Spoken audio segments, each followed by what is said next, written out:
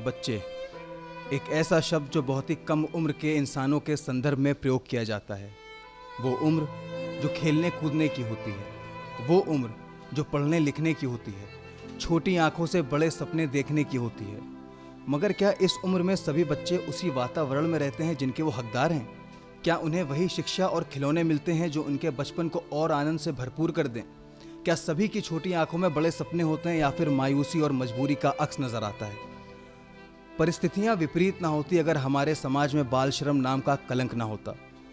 जिंदगी की अहम ज़रूरियात न मिलने पर जब नन्हे कदम स्कूलों की जगह कारखानों की तरफ, कूड़े घरों की तरफ, लोगों का झूठन उठाने के लिए होटलों की तरफ बढ़ने लगते हैं, उसे बाल श्रम कहते हैं। भारत में प्रत्येक 11 बच्चों में से एक बच्चा बाल श्रम से पीड़ित है। सेंसस 2001 के आंकड़ों के अनुसार बाल श्रम की संख्या 12.67 मिलियन थी, जो 2011 में कम होकर 10 मिलियन तो जरूर पहुंची, परंतु कम होने का दर केवल 2.2% ही रहा। बाल श्रम कोई नई बात नहीं, परंतु एक गंभीर विषय जरूर है। इसकी गंभीरता को, इसकी बुनियादी बातों को और कुछ सुझाव को समझने के लिए हम चलते हैं क्राई एनजीओ की डायरेक्टर इन पॉलिसी कोमल गनोत्रा के पास।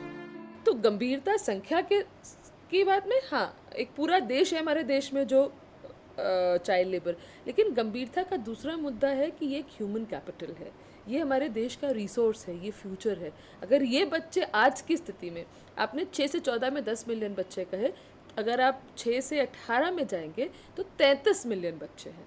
अगर 33 मिलियन बच्चे अगर हमारे आज काम कर रहे हैं तो उनकी शिक्षा पे एक मेजर प्रभाव है। कहते हैं बच्चों का दिमाग मिट्टी की तरह होता है, जैसा भी रूप दो उसी रूप में ढल जाता है। वो जो देखते हैं, उनके आसपास जो होता है, वो उससे इस कदर प्रभावित होते हैं कि उनकी मानसिकता और उनका व्यक्तित्व वैसा ही हो जाता है। रोज सुबह से शाम तक जिंदगी की कठिन परिस्थितियों से जूझने के बाद आखिर इन बच्चों पर जहनी तौर पर क्या असर पड़ता है? इस सवाल का जवाब हमें दिया डॉक्टर रोहन सिप्पी ने, जो चाइल्ड साइकियाट्रिस्ट हैं। एक बातचीत, क्योंकि जो इनसे इनके एम्प्लॉयर्स करते हैं वो भी कुछ सुखद नहीं होती, भी डांट दबकार, कई बार गाली गलौज भी होती है। तो वो मेंटालिटी में इस तरीके से अफेक्ट करता है कि एक तो रिवेंज की फीलिंग आती है, बदले की फीलिंग आती है, और अपने हालातों पे भी गुस्सा आता है। और ऐसे बच्चे फिर थोड़े खुद भी एग्रेसिव बनते हैं, क्योंकि वो देखते हैं कि दूसरे एग्रेसिव हैं, तो जो हम देखते हैं वही हम आगे करते हैं, तो ये खुद भी थोड़े एग्रेसिव बनते हैं। और एक और चीज़ जो इसमें देखी गई है कि ऐसे बच्चे अक्सर शराब पीना या ड्रग्स लेने की आदतों में भी जल्दी पड़ जाते हैं, तो अपनी उम्र से पहले थोड़े सेक्सुअली भी ये मैच्योर होकर सेक्सुअल बातें भी करते हैं। तो ये कुछ प्रभाव हैं जो कि बच्चों पे नेगेटिव पड़ते हैं। पॉजिटिव भी होते हैं, मगर पॉजिटिव कम देखे जाते हैं। सो गए बच्चे फरेब खाकर, माँ उबालती रही पत्थर रात भर। हाँ, और बच्चों की तरह इनकी माँ भी होती है, जो अपने बच्चों के लिए उतनी ही ममता रखती है जितनी कि उस बच्चे की माँ जो अपना जीवन सभी सुख सुविधाओं के साथ गुजार रहा है।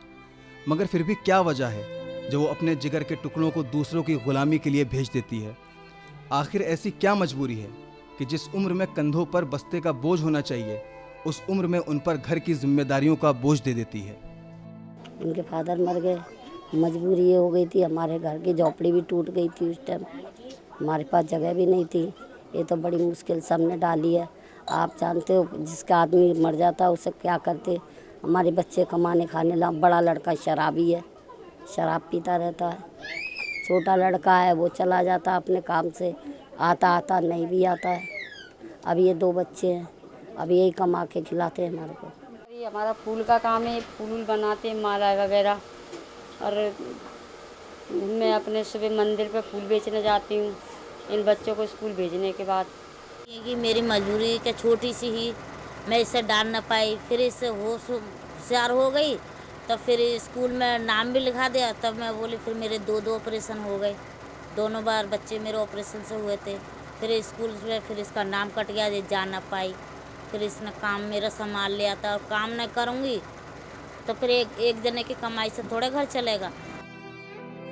गरीबों की ये बस्ती है, यहाँ शोखी कहाँ से लाऊं? यहाँ बच्चे तो मिलते हैं मगर बचपन नहीं मिलता। हमने इन बच्चों को सड़कों पर 1000 बार देखा है।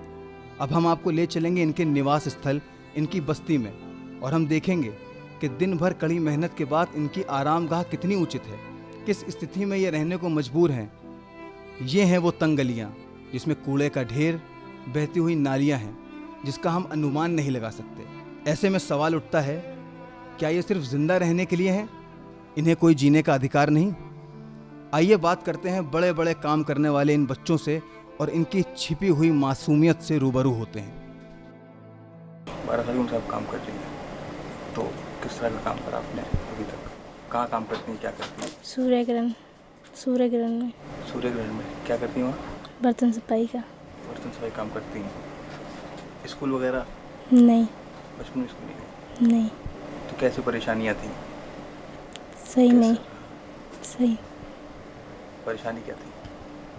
बहन भाई थे संभालने के लिए, इसलिए अकेला बंदा कमाने वाला था। अच्छा, तो माँ बाप क्या करते हैं? पापा सफाई का काम करते थे, मम्मी कोठा का काम करती थी। अभी तो मैं रेडी पे रहता हूँ पापा के साथ। चाउमीन। काम करना जरूरी हो गया था पापा के पास जाके उस उम्र में? हाँ, पापा का थोड़ा बहुत हाथ भी बढ़ा देना चाहिए ना इसमें। मैं 6th क्लास में पढ़ता हूँ और मैं अपनी मम्मी के साथ, जैसे कोई त्यौहार या होता है, मैं अपनी मम्मी के साथ ज़्यादा काम कराता हूँ और घर का भी काम कर लेता हूँ। क्या करते हैं बेटा? हम कबाड़े का काम। तो आप भी कबाड़े काम करते हैं दिन भर? सुबह से उठ के शाम तक क्या करते हैं? क्या क्या रहता है आपका पूरा दिनचर्या जो होती है इंसान की, क्या आपका क्या रहता है? कमाते हैं, घर में देते पैसे। कब उठते हैं आप सुबह? कितने बजे? सवेरे 8 बजे। 8 बजे। फिर शाम को आते हैं 6 बजे, 4 बजे, 5 बजे। कब से नहीं पढ़ रहे? कब बिल्कुल नहीं, कभी नहीं पढ़ा आपने? नहीं।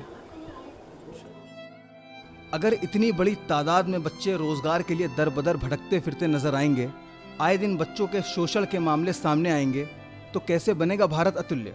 अगर ऊंची ऊंची इमारतें हमारे विकास की तरफ इशारा करती हैं, तो वहाँ पर चाय पिलाते हुए बच्चे, वहाँ की सफाई करते हुए बच्चे हमें इस एहसास से बाहर लाके शून्य में झांकने के लिए मजबूर भी कर देते हैं। चाहे कुछ भी हो, भारत अतुल्य तभी कहलाएगा जब इन नन्हे फरिश्तों की अवस्था बदलेगी।